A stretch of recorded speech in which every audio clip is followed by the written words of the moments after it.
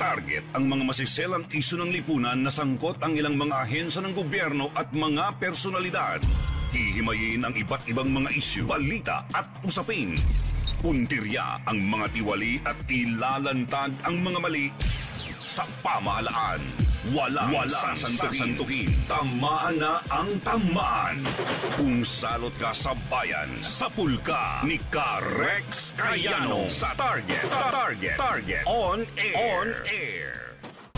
Ito mukhang isa sa final na po ng Commission on Election o COMELEC ay yung investigasyon dun sa umano'y re-representation ni suspended Bamban Tarlac Mayor Alice Goong.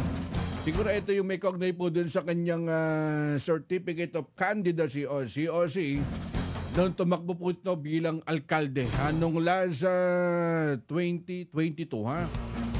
Dahil dito mga kaibigan, kung di ako nagkakamali, nagtungo ang official po ng COMELEC dyan po sa bayan po ng Bamban upang suriin, kumbaga hanapin yung mga dokumento na ginamit po ni Goon nung last 2022 election. Ito upang talakayin po natin. Nasa kabilang linya ng ating komunikasyon ang tagapagsalita ng Commission on Election, si Attorney John Rex Laudianco. Ha? Magandang hapon, Attorney Director Rex Laudianco. Magandang hapon po, Karex, at sa lahat po ng taga-subaybay ng Target on Air sa DCMA. Good afternoon po. Salamat po, Director. Ano po yung update dito sa pagpunta po ng COMELEC dyan po sa bayan po ng Bamban Tarlac para po suriin yung mga dokumento ni Alice Goo?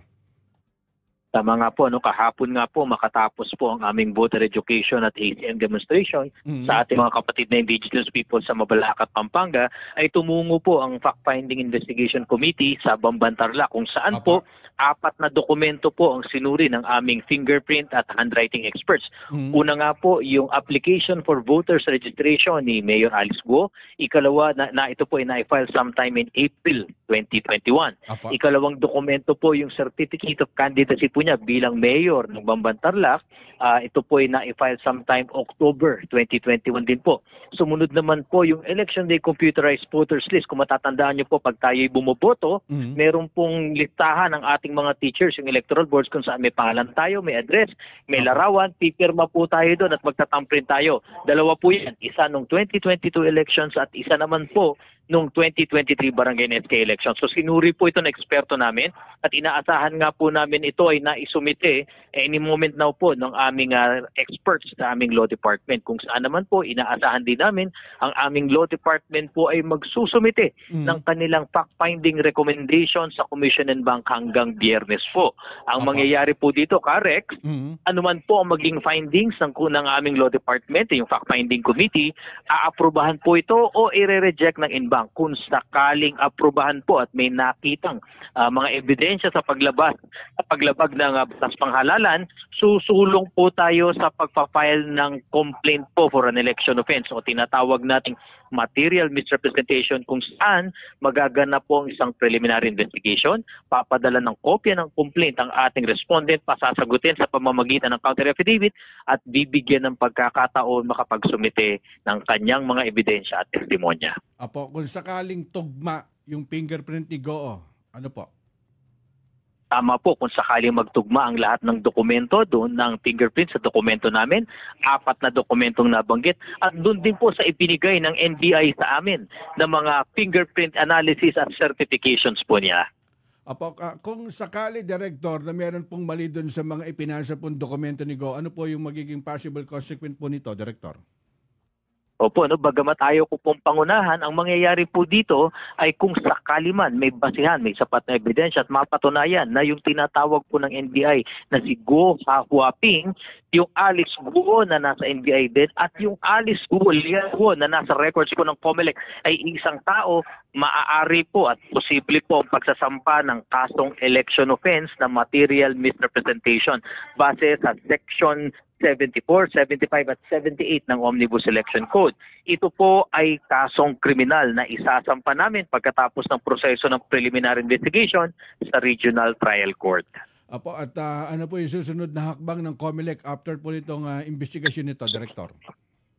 Opo, depende nga po sa magiging rekomendasyon at kapasyahan ng NBank kung may probable cause talaga na nalabag ang ating Omnibus Election Code. Dahil kung matatandaan po natin yung COC, may mga allegations po dyan. Kasama na yung una na siya ay Filipino citizen. Ikalawa na siya ay kwalipikado para sa posisyon na tinatakbuhan.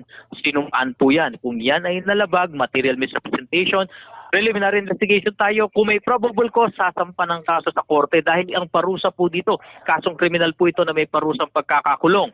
1 hanggang 6 na taon na pagkakakulong. Ikalawa po yung pagkakatanggal ng karapatang bumoto. And lastly, yung pong tinatawag nating perpetual disqualification to hold public office. Opo, Director, mag-aabang po ang taong bayan. Director, mensahe po sa publiko. Sa ating po mga kababayan, maraming salamat po sa pakikisa at pagsama ninyo sa COMELEC sa bagay na ito. Makakaasa po kayo, amin pong ilalabas at ilalathala kaagad anuman na maging kapasyahan at rekomendasyon dito po ng ating Commission and Bank sa bagay na ito. Sana rin po samahan niyo kami sa paghahanda sa paparating na halalan, lalong-lalo na po dun sa ating mga kababayan hindi pa nakapagpaparehistro dahil pwede po pong magparehistro hanggang September 30, lalong-lalo na ang ating mga kababayan sa iba't ibang panig ng mundo. Maraming salamat po. Salamat po, Director John Rex Laudianco. Kayo'y nakikinig sa Target on Air. Target on Air. Target ang mga masiselang isyu ng lipunan na sangkot ang ilang mga ahensya ng gobyerno at mga personalidad. Hihimayin ang iba't ibang mga isyu, balita at usapin. Puntirya ang mga tiwali at ilalantad ang mga mali sa pamahalaan. Walang sasantuhin. Tamaan na ang tamaan. Kung salot ka sa bayan, sapul ka ni Rex Cayano sa Target on Air.